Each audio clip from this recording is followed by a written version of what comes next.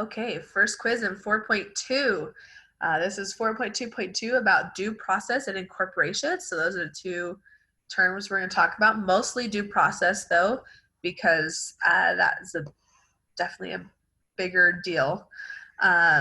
So basically, due process, I'm going to show you guys something that I have here for due process. Coming up. Loads. Actually, I really like this site. It has a bunch of cartoons that have to do with due process. And we're going to look at a few of them, and you'll be able to figure out after looking at them what due process basically means. So,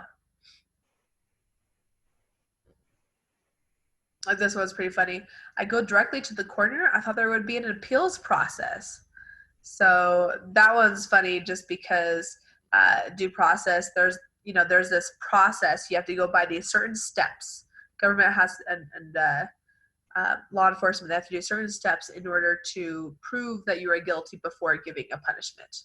Okay, and that's to protect you so that you don't just get sent to prison without a trial, without being able to, defend yourself.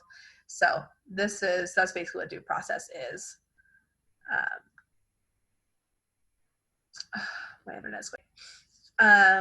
All right, so this next one, and Du Bois here is in charge of due process. So obviously an executioner, if it's going straight to the punishment, then obviously they violated due process, right? So they're not doing a good job being in charge of due process.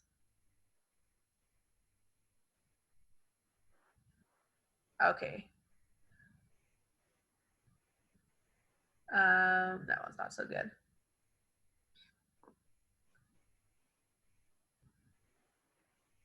Okay. So this one, what's so great about due process? Due process got me 10 years. So, on the flip side, it does happen like that sometimes where you do get convicted because you're guilty. So anyways, basically due process, it's just the process, the steps that they have to go through in order to prove you guilty before you get your punishment, okay?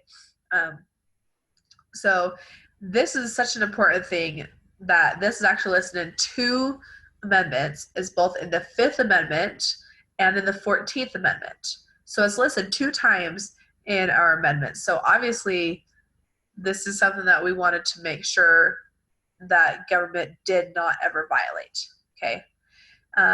With due process, there's two types of due processes. There's procedural and there's substantive. Okay, procedural is basically ask the question is this process fair? Like, is the process fair that you go through?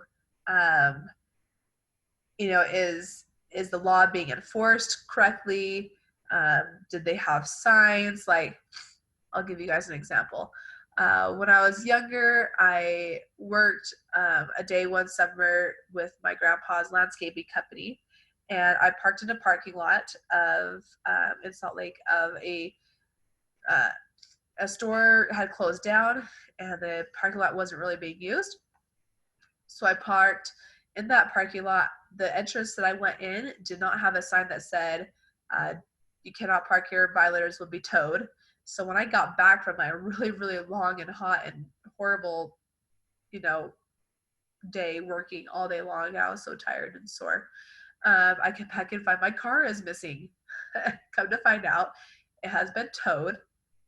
There were signs on the other side of the parking lot, but not on the side that I came in. So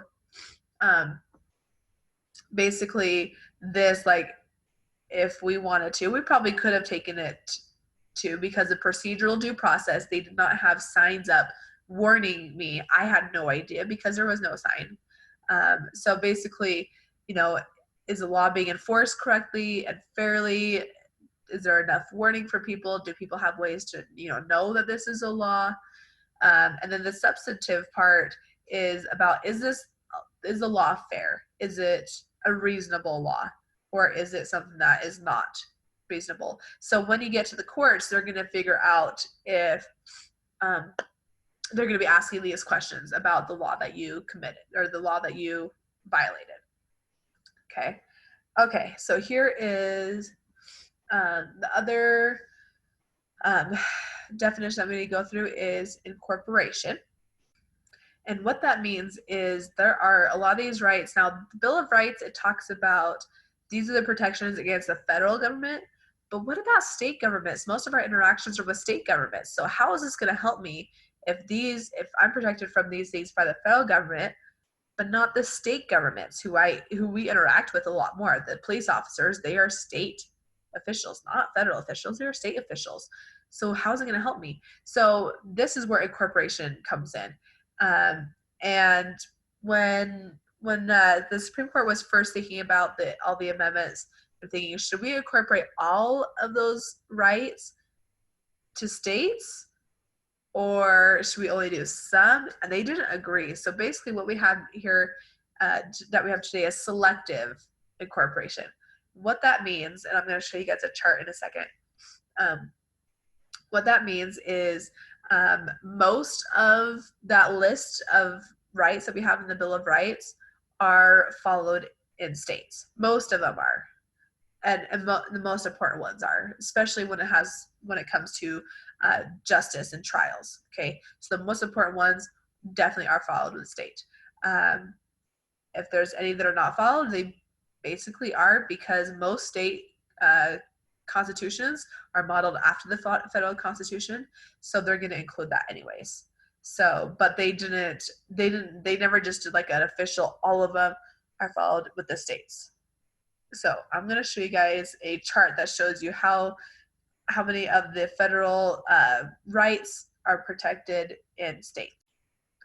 Okay, so this is on the Apex section. So this one shows all the different amendments from the first one down, and it shows that if it's fully incorporated, or if it's partially or mostly incorporated or not incorporated, or usually if it's not incorporated or partially, it's because they have their own rules that may be similar, but they basically have their own rules.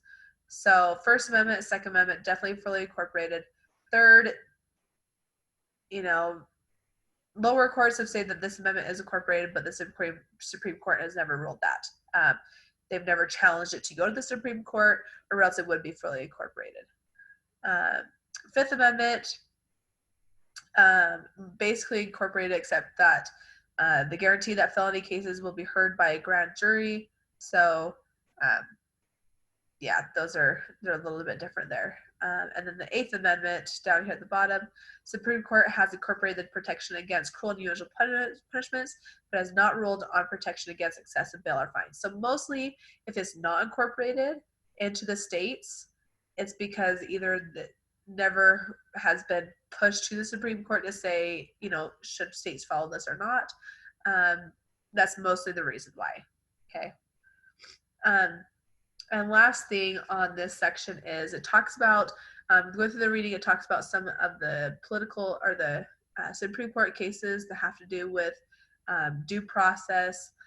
Those are definitely good to look at, but definitely, I would kind of review those real quick before you take the quiz, but I won't go over those individually in here. So that's it for this quiz.